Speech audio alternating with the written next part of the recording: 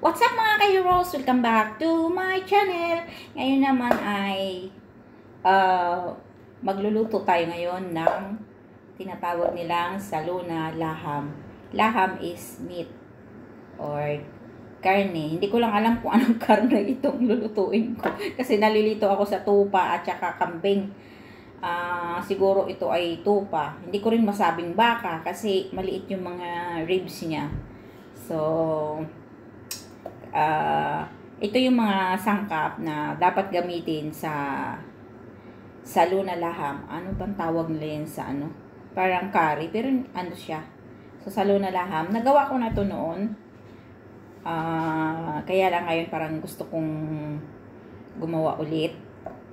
For, ano. So, may dalawang kamatis. Gayatin lang.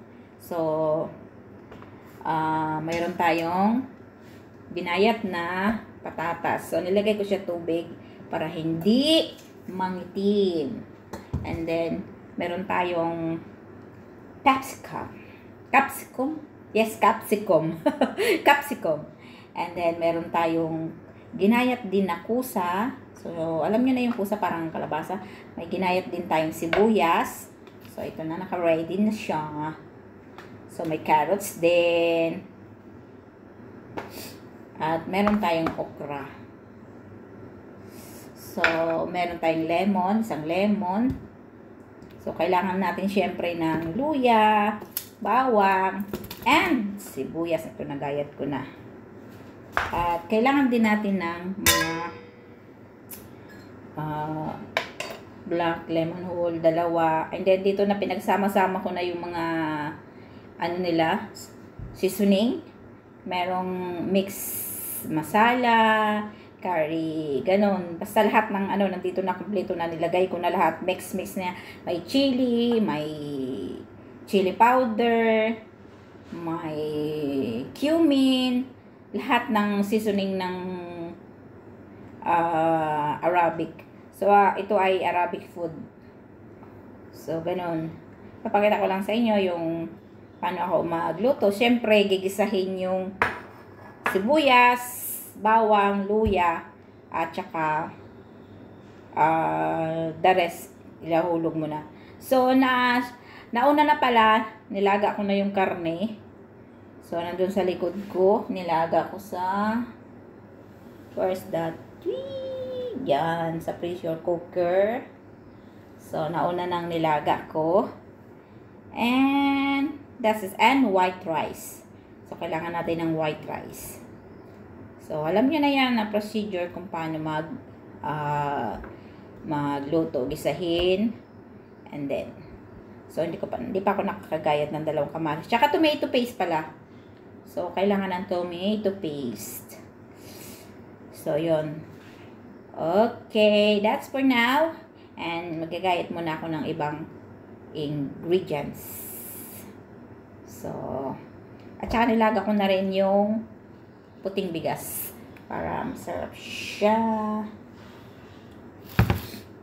Yan. So, magagayat muna ako.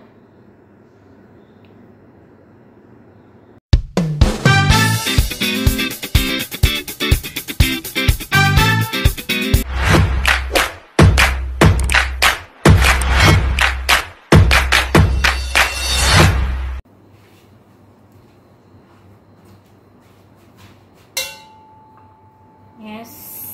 Hello. Once again, lagay tayo ng 3 kutsarang oil, mantika. Okay. Let it be hot. So,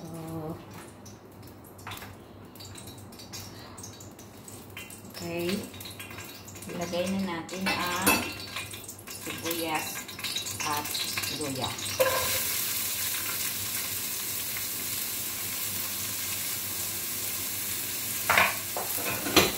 Haluin hanggang pumula.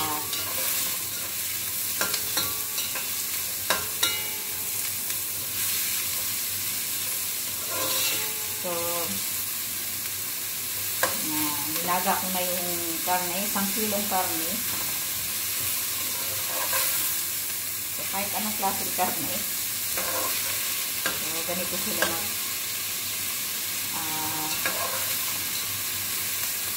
luto dito sa Arabian world. So, yan. Papulahin lang natin ng konti.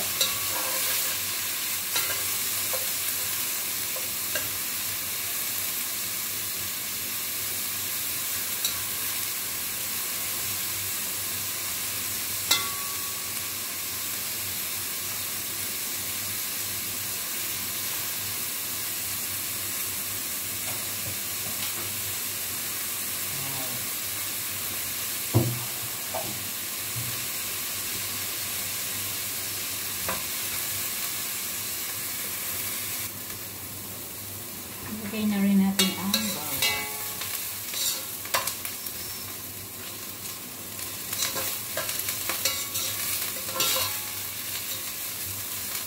Wala tayong stand.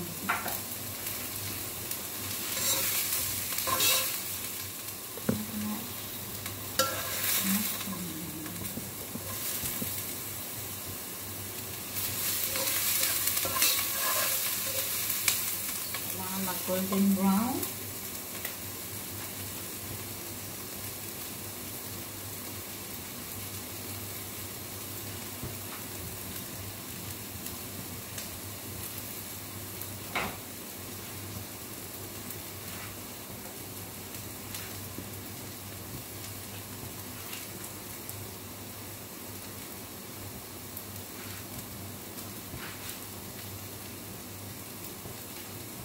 Lulog natin ang mga gulay.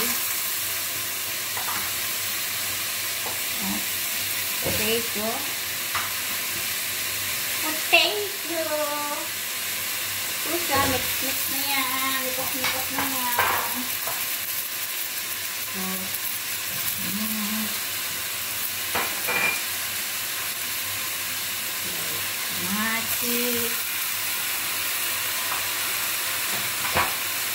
kung may nakalimutan ako kanina, mayroong spent and dill leaves and coriander leaves. So, ilagay lang natin yan. So, may capsicum and chili na rin, pampasarap. Okay. And then, inikas-mikas lang natin yan.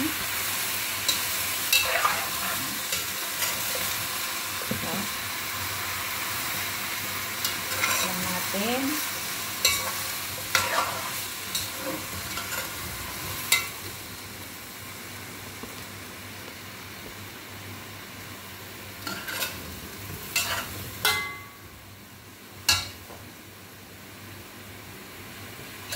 Isa lang natin 4.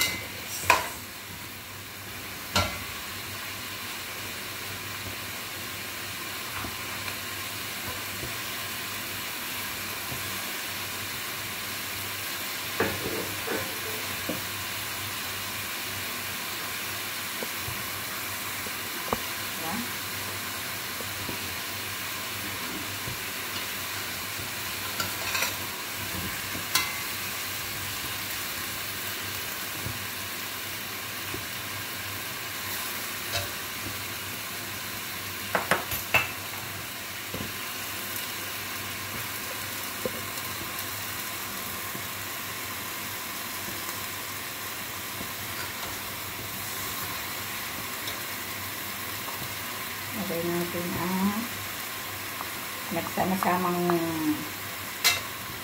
seasoning.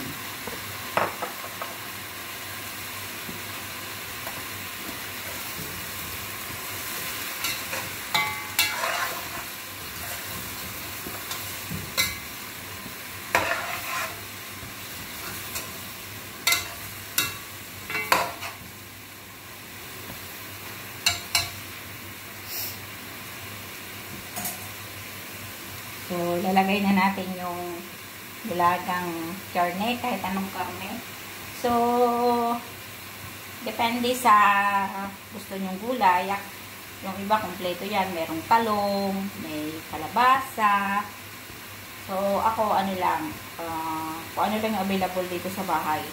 So, may patatas, okra. Pero kung minsan nilalagyan pa ng upo, bahala ka sa anong gustong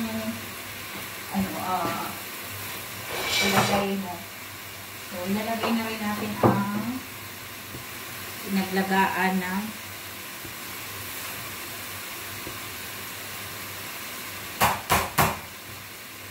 salain ko lang. So, ito yung pinaglagaan guys ng karne. So, lalagay kong karne.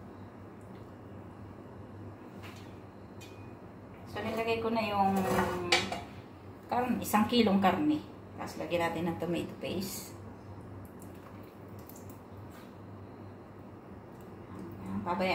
Hayaan natin hanggang kumulo. Ayan siya. Parang kulang pa ng tomato paste. Sobrang luto yung karne. Nadurog na yata. Walang yan. Yan naman ang gusto nila. Madurog. Malambot.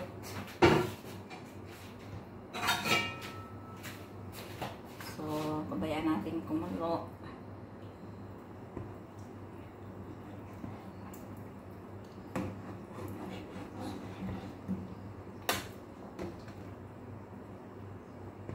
So, pag naluto na yung gulay, pwede na. Pwede nang ihain. Dahil luto na itong yung iba direct eh. Direct luto pila.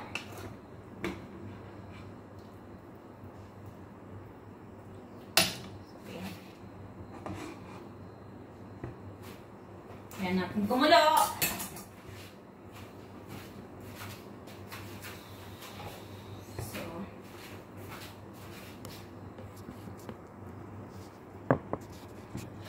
So, yan na. Ay, kita nyo pa. So, kaya natin kumulo. Takpan. Yan ang sinatawag nilang salunang laham. Tips dito sa pagluto ng karnero dito ay yung unang kulo dapat itapon para maiwasan yung langto niya. So, and then yung lemon kailangan sa huli mo na yung ilagay para yung gulay hindi matigas. So, dito ayaw nila na matigas na gulay. Gusto nila medyo malambot.